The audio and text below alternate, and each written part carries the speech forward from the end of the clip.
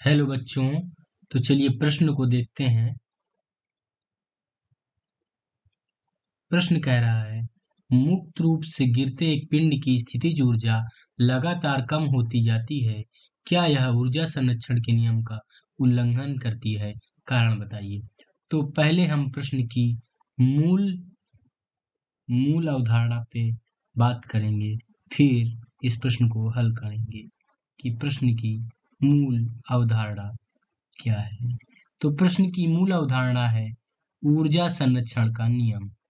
ऊर्जा संरक्षण का नियम क्या होता है? ऊर्जा संरक्षण का नियम हम उसको जानेंगे और फिर इस प्रश्न को हल करेंगे आगे। ऊर्जा संरक्षण का नियम कहता है ऊर्जा को ना तो बनाया जा सकता है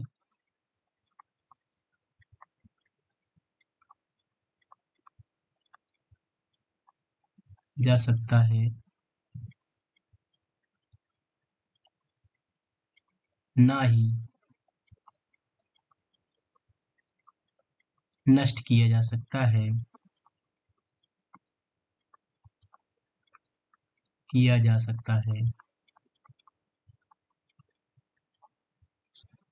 और इसका दूसरा बिंदु कहता है ऊर्जा का एक रूप से ऊर्जा को एक रूप से दूसरे रूप में रूपांतरित किए एक रूप से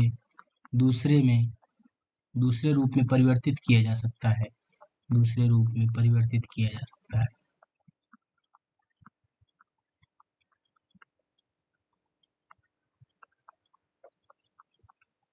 अब हम प्रश्न के पहले भाग को हल करेंगे।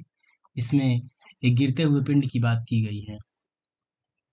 यदि हम एक बिंदु A ले लें और एक बिंदु B ले लें और दोनों के बीच की ऊंचाई यदि h मान लें और यदि यहाँ पर पिंड है उसका द्रव्यमान m ले लिया, m किलोग्राम, और तो क्या होगा? बिंदु A पर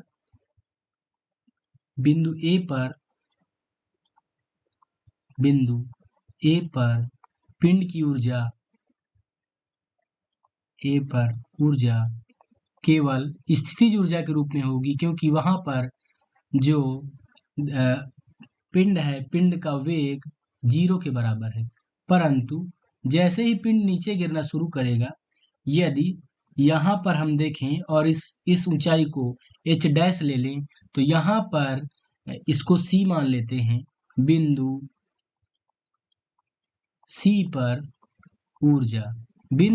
पर पिंड की ऊर्जा दो रूपों में होगी, mgh और गतिज ऊर्जा हाफ 1/2 द्रव्यमान इंटू वेग का स्क्वायर। और बिंदु B पर आने पर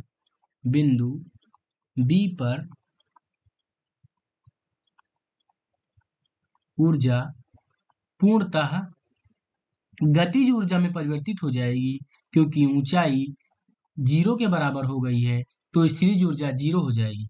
हम देख रहे हैं कि बिंदु A से B के दौरान पिंड की ऊर्जा स्थितिज ऊर्जा से गतिज ऊर्जा में परिवर्तित हो रही है। स्थितिज ऊर्जा गतिज ऊर्जा में परिवर्तित हो रही है, परंतु